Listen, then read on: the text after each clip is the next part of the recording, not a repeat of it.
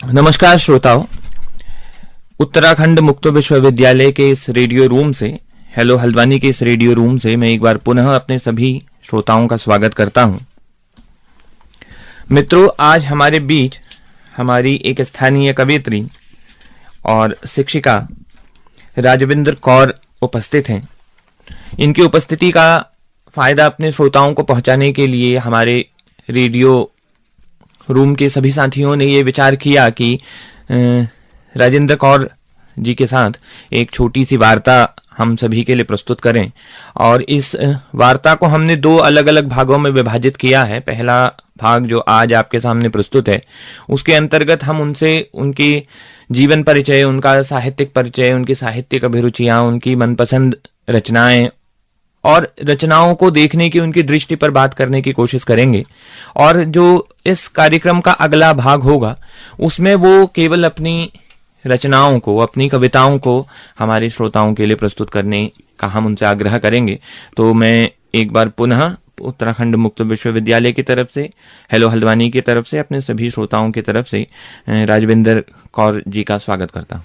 आपका बहुत बहुत आभार डॉक्टर राजेंद्र जी, और सभी श्रोताओं को मेरा सादर नमस्कार, सादर प्रणाम। राजेंद्र कौर जी, हम आपसे ये पूछना चाहेंगे कि जो आपका जीवन है, सभी की तरह एक बहुत ही सामान्य जीवन परिस्थितियों के साथ आपने अपना जीवन आरंभ किया होगा।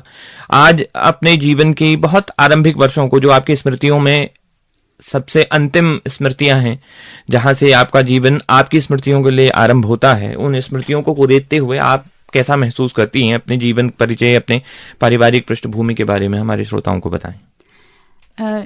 सर, मैं एक्चुअली एक बहुत ही साधारण परिवार से, एक किसान परिवार से जो है संबंध रखती हूँ।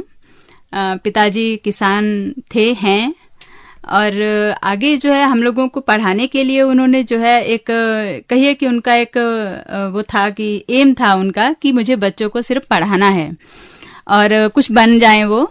तो इसी तरह दो भाई हैं मेरे छोटे, और मैं बड़ी हूँ। तो तीनों ने हमने रिसर्च की है साहित्य में ही। भाई दोनों अंग्रेजी साहित्य से हैं और मैं हिंदी साहित्य से। तो अब पीछे मुड़ के देखते हैं तो ये नहीं, ऐसा कभी सोचा नहीं था कि कभी इस क्षेत्र में ये कविताएं लिखना और ये सब हो जाएगा कभी आने वाले समय में। लेकिन अपने आप धीरे धीरे सब कुछ होता गया। कोई बहुत जद्दोजहद भी नहीं करनी पड़ी है इसके लिए, और ये सफ़र मामूली भी नहीं था। काफ़ी चीज़ें जो हैं वो चैलेंजिंग भी रही हैं। जो सबसे बड़ी जो समस्या एक रही है वो होती है सर फीमेल्स के लिए, लड़कियों के लिए। पढ़ाई को लेकर सबसे पहले तो वो झेलती हैं। पढ़ाई का हमेशा ही उनकी पढ़ाई का विरोध रहा है, पहले से, आज भी है लगभग काफ़ी। लेकिन हाँ, ये विरोध झेला तो है, लेकिन पारिवारिक नहीं झेला, समाज से झेला है। लेकिन उसको पार करते गए, और आज जो भी है वो सब परिवार की देन है। जी, ये बहुत मनोरंजक बात आपने कही कि अपने एक साधारण जीवन के साथ जो संघर्ष होता है उसको आपने जीवन के साथ ऐसे जोड़ा कि कहा नहीं, मैंने कोई बहुत ज्यादा संघर्ष नहीं किया। आज दरअसल समय का ये मुहावरा है नहीं, आजकल जो है वो शहीदाना अंदाज और अपने को बहुत जल्दी शहीद घोषित करना और अपने संघर्ष को बहुत बड़ा चलाकर पेश करने का जो फॉर्मूला समाज में है, उससे बिल्कुल अलग आपने बात कही। अपने जीवन संघर्ष को जीवन के साथ जोड़ा, ये बहुत ही सकारात्मक तरीका है जिंदगी को देखने का। और आपकी कविताएं पढ़कर मुझे भी ये लगा है कि हाँ, ये सकारात्मकता शायद आप में, आपकी रचना प्रक्रिया में घुली मिली है। ये बहुत पॉजिटिव बात है। मैं आप बात को आगे बढ़ाते हुए ये चाहूंगा कि हर लेखक का, हर रचनाकार का, उसको हम छोटा बड़ा जब कहते हैं तो वो केवल हमारा वर्गीकरण होता है। रचनाकार एक तरह से रचनाकार ही होता है। हर रचनाकार का अपना एक जीवन होता है जो किसी खास बिंदु से आरंभ होता है, कहीं से जिसे कहा जाता है कि उसे स्टार्टअप मिलता है, या एक किक मिलती है, या एक प्रेरणा मिलती है। पुरानी भाषा में अगर मैं कहूँ तो, जैसे जब मैं अपने मित्रों से बात करता हूं या मैं अपने दोस्तों से बात करता हूं तो मुझसे जब पूछते हैं कि वो कौन सी चीज थी कि आप साहित्य की तरफ को, पढ़ने लिखने की तरफ को मुड़ गए, तो ये जवाब शायद थोड़ा मनोरंजक होगा, लेकिन मेरा जवाब हमेशा ये होता है कि हमारे नैनीताल में जहां हम रहते थे, उस बाजार में एक नया कबाड़ी आया था। अगर वो नहीं आया होता तो शायद मैं लिखने पढ़ने की तरफ को नहीं मुड़ता। तब तक मेरा लिखना पढ़ना बहुत साधारण किस्म का था, लेकिन वो कबाड़ी का आना और उससे पुरानी किताबें लगातार खरीदते जाना और फिर उन किताबों को पढ़ते जाना, ये मेरी जिंदगी का एक टर्निंग पॉइंट रहा है। आपकी जिंदगी में क्या कोई शिक्षक, हमेशा ऐसा होता है कि किसी शिक्षक के कहने पर आदमी, व्यक्ति जो है वो अपनी जिंदगी को बदलता है, या कुछ ऐसी परिस्थितियां होती हैं कि वो साहित्य का अभिरुचि की तरफ को मुड़ता है, लिखने पढ़ने की तरफ को मुड़ता है?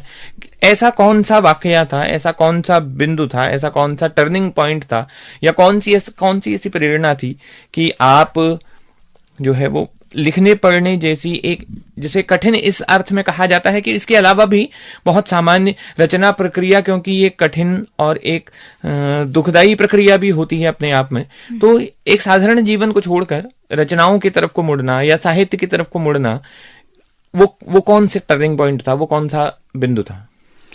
एक्चुअली ऐसा मैंने जैसे पहले भी कहा है कि ऐसा कोई खास टर्निंग पॉइंट नहीं आया मेरी जिंदगी में। जैसे छोटे बच्चे होते हैं, जब हम छोटे होते हैं और 5वीं 6वीं में, तो एक मतलब कविताएं पढ़ने की, कहानियां जो किताबों की, खासकर हिंदी की जो किताबें थी उनको पढ़ने की रुचि थी।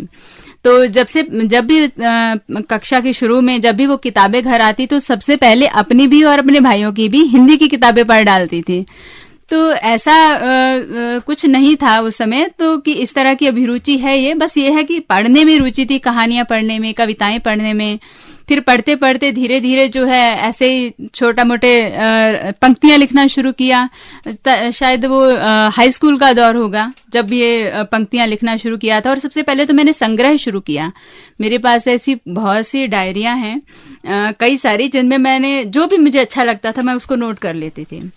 कोटेशंस की अलग हैं, और जो आपका ये शेर हो गए, गजल हो गई, और कविताएं हो गई, या कविताओं के बीच की जो पंक्तियां जो मुझे अच्छी लगती थी मैं उनको संग्रह कर लेती थी उनमें, डायरियों में।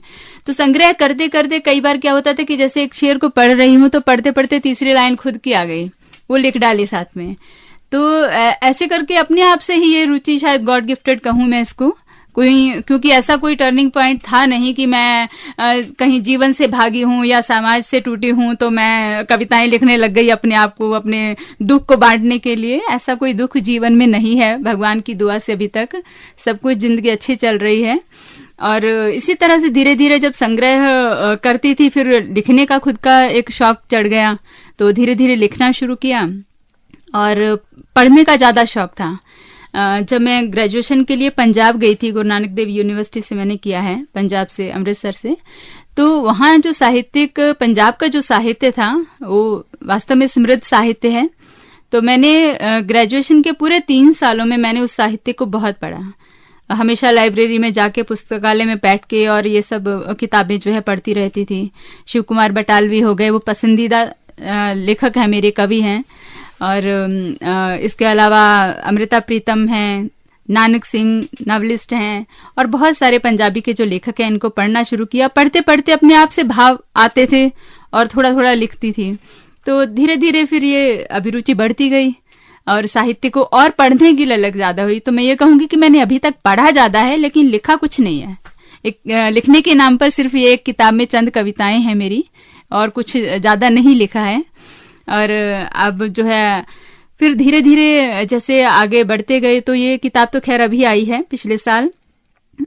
इससे पहले मैंने एक क्या कहते हैं कि मंच पे जो शेयर करना वो शुरू किया था, जिसमें मैंने कुछ जो रुद्रपुर में या कहीं और भी जो आसपास हुए हैं सम्मेलन, जो साहित्यिक सम्मेलन हुए हैं उनमें प्रतिभाग करना शुरू किया, जिसमें हमारे कई सारे जो साथी वरिष्ठ जो हमारे हैं, प्रोफेसर हैं साथ में, उन्होंने मुझे मोटिवेट भी किया इसके लिए। डॉक्टर सिद्धेश्वर सर हैं, हमारे कॉलेज के प्राचार्य हैं doctor Subhash Verma ji, doctor Prabha Pant madam Haldwani college से हैं, और भी बहुत सारे दोस्त हैं, कई फेसबुक पे दोस्त हैं जिन्होंने, क्योंकि वो फेसबुक पे मुझे पढ़ते रहते थे, मुझे मोटिवेट करते थे कि आप अच्छा लिख रही हैं, आप इनको कहीं कलेक्ट कीजिए। तो राजविंदर कौर पोएटिक सोल के नाम से फिर एक पेज भी मैंने बनाया जो अच्छा चल रहा है फेसबुक पे। और इसी तरह से ये जो है अभिरुचि जो है ये बढ़ती गई है और ये कविताएं अभी चल रही हैं साथ साथ। आपने शिव शिव कुमार बटालवी का नाम लिया, उसको पंजाब में तो खैर वो उसी तरह फेमस है जिस तरह यहाँ गुमानी हैं या कोई और बड़े कवि हैं। हिंदी भाषी क्षेत्र में उनको लोग उनके लिखे को जितना पसंद करते हैं उतना ही उनको कम जानते हैं, नाम उनका यहाँ जानते नहीं है। मैं अपने श्रोताओं से कहूंगा कि शिव कुमार बटालवी को एक बार आप नेट में जाके सर्च कीजिए कि ये कौन व्यक्ति है और किस तरह की चीजें लिखता है। आप हमको बड़ा आश्चर्य हुआ मेरे को जब ये चीजें पता चली कि एक बहुत पुराना पंजाबी कवि जो पंजाब के घर घर में गाया जाता था, उसे बहुत बाद में बॉलीवुड ने जो है वो घर घर पहुंचाया, और लोगों को पता नहीं था कि ये गाना जो आज हम सुन रहे हैं 50 साल पहले लिखा गया गाना है। तो ये बहुत अच्छा नाम आपने लिखा। अच्छा, ये बात मेरे को आपसे पूछनी, जब आप बोल रही थी मैं तभी सोच रहा था कि मैं आपसे पूछूंगा कि ये दो भाषाओं का जो अंतर्द्वंद है, ये दो भाषाओं के बीच का जो चयन है कि हिंदी और पंजाबी, आपकी पृष्ठभूमि, पारिवारिक पृष्ठभूमि जो है वो पंजाब से है, आप पंजाबी, निश्चित तौर पर आपको वो भाषा में पर भी अधिकार होगा। क्या आपने कुछ गुरुमुखी लिपि को का प्रयोग करते हुए पंजाबी में भी कुछ चीजें लिखी हैं? हाँ, पंजाबी में बहुत कम लिखा है, और अब ये सोच रही हूँ कि क्यों ना एक किताब पंजाबी में भी, एक कविताओं की किताब मैं करूँ। लेकिन उससे पहले मेरा, जिसमें शिव का नाम लिया था, तो मेरे पास बहुत सारे मित्रों के संदेश भी आए थे कि आप शिव कुमार को हिंदी में लाइए, हम उनके बारे में जानना चाहते हैं। तो मैं अब मैं कोई बहुत बड़ी लेखक या समालोचक तो नहीं हूँ, लेकिन हाँ, एक पाठक के तौर पे मैं जरूर चाहूंगी कि मैं शिव कुमार को एक बार हिंदी में जो है उनकी कविताओं का कुछ का अनुवाद करके और उनके जीवन के बारे में जो कुछ भी है उसको मैंने बल्कि इसको शुरू भी कर दिया है। तो बीच में लॉकडाउन की वजह से पंजाब से मुझे मटेरियल नहीं मिल पाया था, क्योंकि मुझे खुद जाना पड़ेगा एक बार ये सब करने के लिए। बाकी उनके जो बेटे हैं वो इस समय पटियाला यूनिवर्सिटी में प्रोफेसर हैं। अच्छा। तो उनसे भी थोड़ा सा संपर्क करने की कोशिश कर रही हूँ, ताकि उनके बारे में एक अच्छी किताब, जो उनके जो अनछुए पहलू हैं जिनको हम नहीं जानते हैं अच्छे से, क्योंकि पंजाब में तो बहुत सारी किताबें उनके ऊपर लिखी गई हैं, उनको लोग वहाँ अच्छे से जानते हैं, लेकिन हिंदी में सिर्फ कुछ कविताएं हिंदी में आपको उपलब्ध हो जाएंगी नेट पे, इसके अलावा यहाँ कुछ नहीं है। हाँ, बहुत कम है शायद। हाँ, बस कुछ नहीं है। काफी पुराने इंटरव्यू हैं उनके जो मैंने देखे थे, तो उस पर थोड़ा सा काम शुरू किया है। तो भविष्य में सोच रही हूँ कि अभी ये लॉकडाउन की वजह से और थोड़ा सा, क्योंकि पारिवारिक और थोड़ा प्रोफेशन में भी, कॉलेज में भी व्यस्तता रहती है, इस वजह से। ये तो हम भी आपसे कहना चाहेंगे कि जब दो भाषाओं में आपकी आवाजाही है, तो ये दोनों भाषाओं को समृद्ध करने वाली चीज है कि आप हिंदी की कुछ चीजें पंजाबी में अनुवाद कर सकते हैं, और पंजाबी की कुछ चीजें गुरदयाल सिंह के उपन्यास हैं या नानक सिंह की जो राइटिंग है, ये बहुत सारी चीजें, या कुछ कवि ऐसे होंगे पंजाब में जो जिन्हें हम नहीं जानते क्योंकि बाजार ने उनका साथ नहीं दिया, तो शायद हम उनको नहीं जानते हों और अपनी रचना प्रक्रिया में वो ज्यादा श्रेष्ठ रहे हों। तो ये जरूर होना चाहिए कि जब दो भाषाओं में, दो भाषा क्षेत्रों में आपकी आवाजाही है, तो उसका फायदा श्रोताओं को, पाठकों को जरूर मिलना चाहिए। तो ये आपसे विनम्र अनुरोध है कि इस तरह का काम आप करती रहें और इसको ध्यान में भी रखें। अब मैं आपसे जानना चाहूंगा, मेरे श्रोता भी जानना चाहेंगे कि बहुत शुरुआती दौर में किन कवियों ने आपको सबसे ज्यादा प्रभावित किया? अक्सर बहुत शुरुआती दौर पे मैंने देखा है कि जो अच्छे छंदबद्ध कवि होते हैं, अच्छे तुकबंद कवि होते हैं, और जैसे मैं नाम दिनकर का लूंगा, दिनकर हमेशा जो युवा कवि रहे हैं, जो कवि चाहते थे, या बच्चन हैं या सियाराम चंद्र गुप्त हैं, ये लोग हैं वो हमेशा लोगों के फेवरेट बने रहते हैं। आपका पसंदीदा राइटर, वो प्रोज राइटर हो या वो पोएट्री वाला हो, गद्य पद्य किसी में भी है, वो कौन सा लेखक है, नया पुराना, जिसको आप हमेशा पढ़ने की कोशिश करती हैं, जिसको पसंद करती हैं? एक्चुअली क्या है कि मैं, आश्चर्य होगा आपको ये जानकर कि मैं जो सबसे ज्यादा प्रभावित अगर रही हूँ अपनी जिंदगी में, तो वो साहित्य के क्षेत्र में विलियम वर्ड्सवर्थ हैं, अंग्रेजी में। और इसके बाद जो है हमारे छायावादी कवि जो हैं, जो चार स्तंभ हैं, वो उनको पढ़ना मुझे पहले भी बहुत अच्छा लगता था और आज भी, क्योंकि वैसा शायद वो जो एक दौर था छायावाद का, वो ना तो बाद में लिखा गया है उस तरह का साहित्य, और ना शायद कभी लिखा जा पाएगा। और क्योंकि इसके बाद प्रगतिवाद, प्रयोगवाद, ये सब चले हैं जो यथार्थवाद पे वो रहे हैं, लेकिन इसमें भी अज्ञे जी हैं, बहुत अच्छी रचनाएं हैं उनकी। और इसके अलावा और भी जो वर्तमान में कवि हैं, कई अब लिख रहे हैं, इस समय समकालीन कवि हैं। तो वो भी बहुत अच्छा लिख रहे हैं, उनको पढ़ना भी, मतलब जो भी चल रहा है, जो कहीं कुछ संदेश दे रहा है हमको और अपनी बात को अच्छे से रख रहा है, वो सब कुछ मेरे ख्याल से पढ़ा जाना चाहिए उसको। जो भी चाहे वो नए कवि हैं चाहे पुराने हैं, जो भी कुछ क्या कहते हैं कि आपको कोई नई चीज दे रहे हैं समाज के बारे में, या क्या कहते हैं कि नेचर के बारे में, प्रकृति से आपको जोड़ रहे हैं, तो वो जुड़ना जरूरी है। कविता के अलावा विचार के क्षेत्र में या गद्य के क्षेत्र में उपन्यास, कहानी, नाटक, निबंध, इसमें कौन सा लेखक है जो आपको सर्वाधिक पसंद रहे हैं, जिनको आप बार बार पढ़ने की कोशिश करते हैं? इसमें मैंने एक्चुअली मैं प्रेमचंद को मैंने बहुत पढ़ा है, और उनका तो साहित्य है कि वो अभी तक जितना भी पढ़ो उनको आप बार बार पढ़ने की जो एक लालसा बनी रहती है। इसके अलावा भगवती चरण वर्मा जी हैं, और कुछ नए कहानीकार भी हैं इस दौर के जो लिख रहे हैं अच्छा, जिनसे संपर्क जो है आप विभिन्न पत्र पत्रिकाओं से बनता है, तो उनको भी मैं पढ़ती हूँ। और वो जो भी लग जाए कि हाँ एक बार पढ़ना अगर आप शुरू करते हैं तो 2-4 पन्नों में आपको पता चल जाता है कि ये आगे पढ़ा जा सकता है कि नहीं, आपकी रुचि को जो है वही इंगित कर देता है। तो एक समसामयिक सवाल आपसे पूछना चाहूंगा। कोरोना काल में बहुत सारा समय रहा, पढ़ने वालों के लिए वो एक तरह से स्वर्ग की तरह उतर कर आया था। हालांकि उसके बीच लोगों को जिस तरह से परेशानियां हुई, जो दुख, जो दैन्य, जो दरिद्रता देश भर में देखने को मिली, वो अपनी जगह पर है। लेकिन जो समय निकला बहुत सामान्य मध्य वर्ग के लिए, हम जैसे लोगों के लिए, तो जो पढ़ने वाले लोग थे वो उनके लिए वो समय काफी सुविधा लेकर आया। आपने लॉकडाउन को कैसे काटा? मेरा लॉकडाउन तो एक्चुअली पारिवारिक समस्याओं में ही कट गया, क्योंकि इस दौरान कुछ परिवार में उल्लेखनीय पुस्तक जो आपने इस बीच पढ़ी हो? इस बीच मैंने भगवती चरण वर्मा का चित्रलेखा फिर दोबारा से पढ़ा।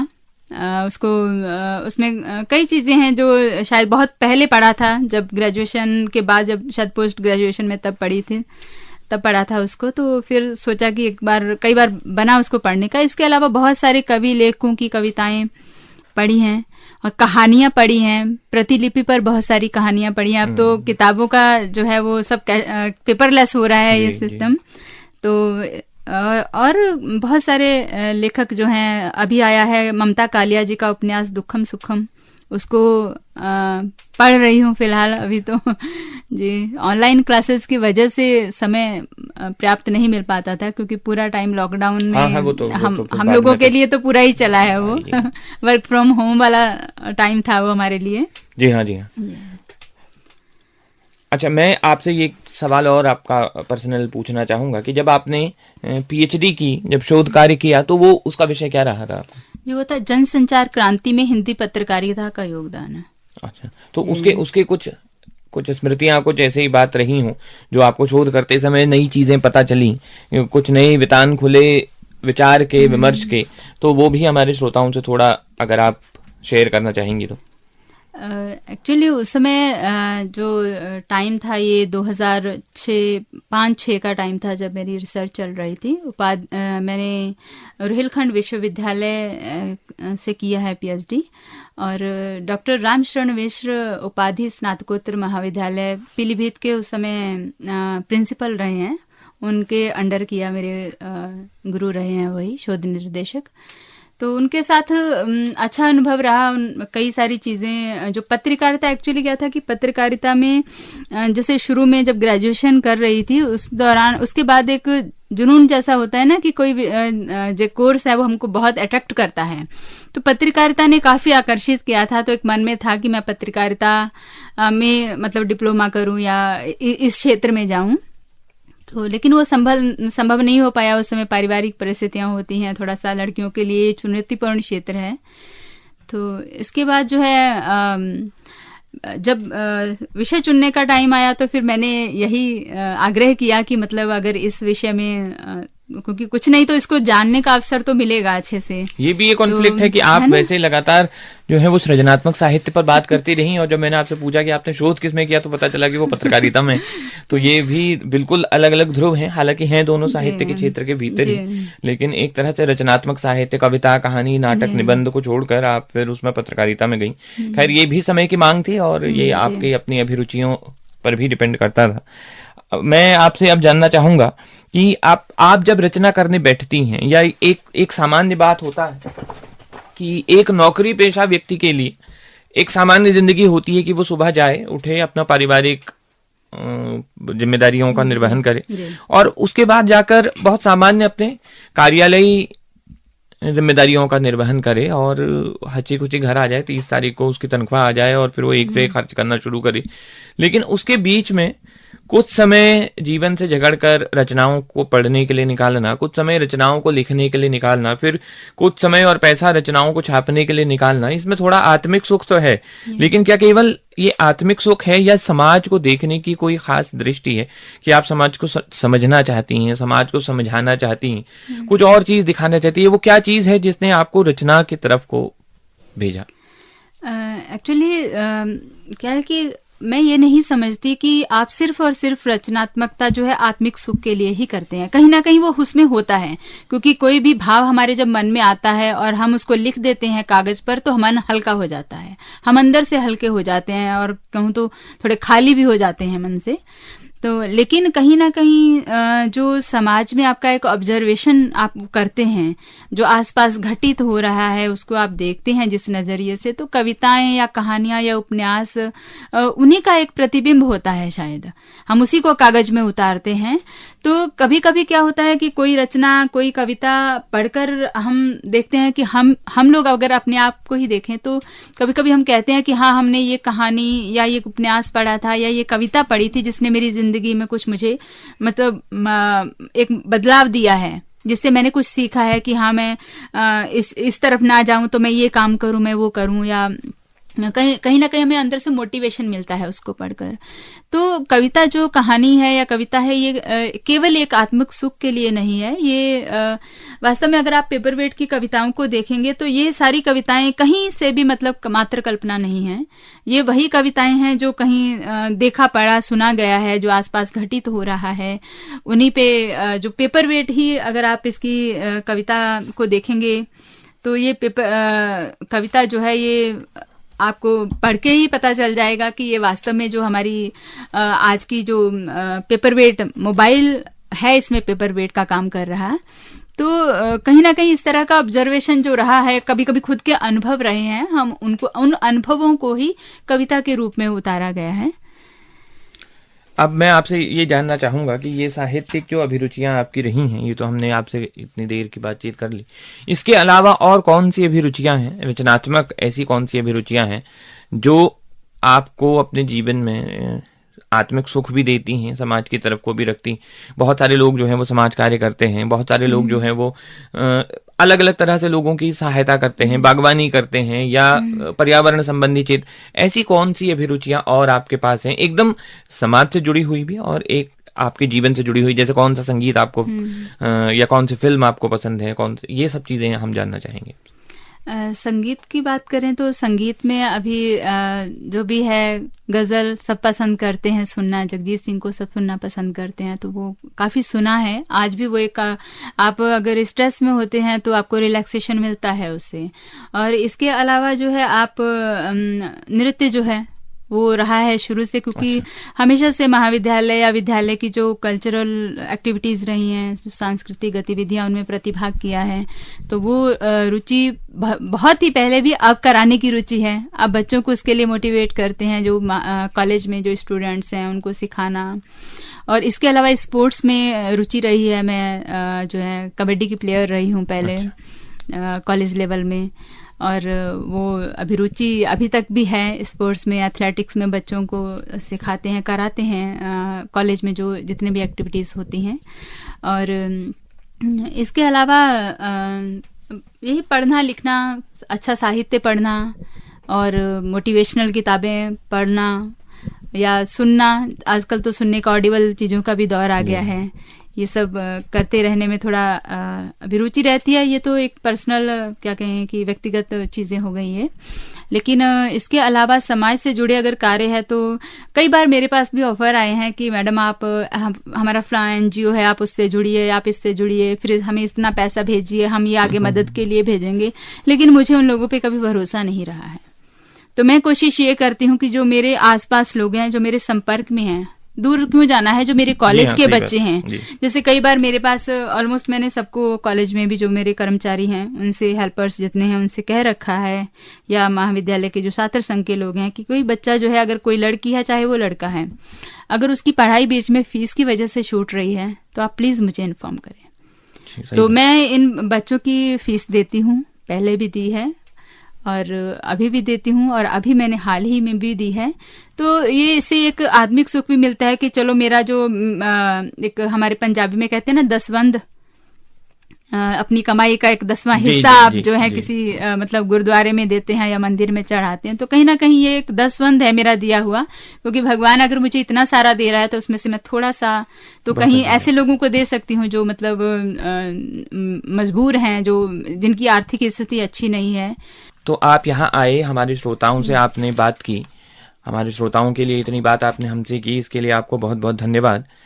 एक कवि यहाँ आए और उससे केवल बातचीत करके, बहुत रूखी सूखी बातचीत करके हम उसे विदा कर दें और उसकी कविताएं न सुनने, ये बात सहज गले नहीं उतरेगी हमारे श्रोताओं के लिए भी। तो मैं आपसे एक बार पुनः अनुरोध करता हूं कि अपने संग्रह पेपर वेट में से, जो आपका नवीनतम और एकमात्र संग्रह अभी फिलहाल है, उससे कोई एक चुनिंदा कविता आप हमारे श्रोताओं के लिए पढ़ दें, और साथ ही ये वादा भी आपसे लेता हूं कि अगली बार जब आप आएंगे तो अपनी नई ताज़ा तरीन कविताओं में से कुछ कविताएं आप हमारे श्रोताओं के लिए प्रस्तुत करेंगे। जी सर। सर मैं एक पेपर वेट से ही एक कविता जो है सुनाऊंगी। शीर्षक है इसका यकीनन भोर है।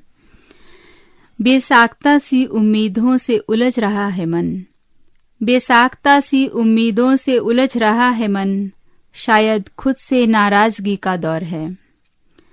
मेरे अंदर आजकल कोई शोर है, और ये वही है जो मेरे सुकून का चोर है। गुजर ही जाएगी स्याह तलखियों की रात, गुजर ही जाएगी स्याह तलखियों की रात, इसके बाद तो यकीनन भोर है, इसके बाद तो यकीनन भोर है। बहुत सुंदर। एक बार पुनः आपको बहुत बहुत धन्यवाद। बहुत आभार सर। दोस्तों, अभी आप सुन रहे थे कार्यक्रम साहित्य से दोस्ती। राजविंदर कौर को आपने सुना, जो कि एक कवित्री हैं, असिस्टेंट प्रोफेसर हैं सितारगंज कॉलेज में, और राजेंद्र कैड़ा उनसे बात कर रहे थे, जो कि हिंदी में एकेडमिक एसोसिएट हैं उत्तराखंड मुक्त विश्वविद्यालय में। कैसी लगी आपको राजविंदर कौर की कविता? एक छोटी सी वानगी उन्होंने पेश की है। उनकी कविताएं हम अगले एपिसोड में आप सबको सुनाएंगे, जैसा कि राजेंद्र कैड़ा जी ने कहा है। दोस्तों, राजविंदर कौर जी से ये बातचीत अगर आपको पसंद आई हो तो अपना फीडबैक हमें जरूर दीजिएगा, हमारे फेसबुक पेज के जरिए, हमारे यूट्यूब चैनल के जरिए, या फिर हमारे मेल एड्रेस के जरिए। हमारा मेल आईडी है hellohaldwani91.2@gmail.com। दोस्तों, हेलो हल्द्वानी रेडियो एक कम्युनिटी रेडियो है, जिसकी पहुंच रेडियो में केवल हल्द्वानी शहर तक है। लेकिन अगर आप वाकई में हमारे रेडियो को सुनना चाहते हैं दूर दराज पहाड़ों तक या देश के कोने कोने तक, तो गूगल प्ले स्टोर में जाकर हेलो हल्द्वानी ऐप को इंस्टॉल कर सकते हैं, और सुबह 10:30 बजे से लेकर शाम 4:30 बजे तक 6 घंटा हमारी रेडियो सभा सुन सकते हैं। दोस्तों, हम लोग अपनी रेडियो सभा का दोहराव भी करते हैं। अगर आप दिन में हमारा रेडियो नहीं सुन पा रहे हैं तो शाम 5 बजे से लेकर रात 11 बजे तक भी आप इस रेडियो को सुनने का लुत्फ उठा सकते हैं। तो इसी के साथ अपनी रेडियो मित्र सुनीता भास्कर को दीजिए इजाजत। नमस्कार।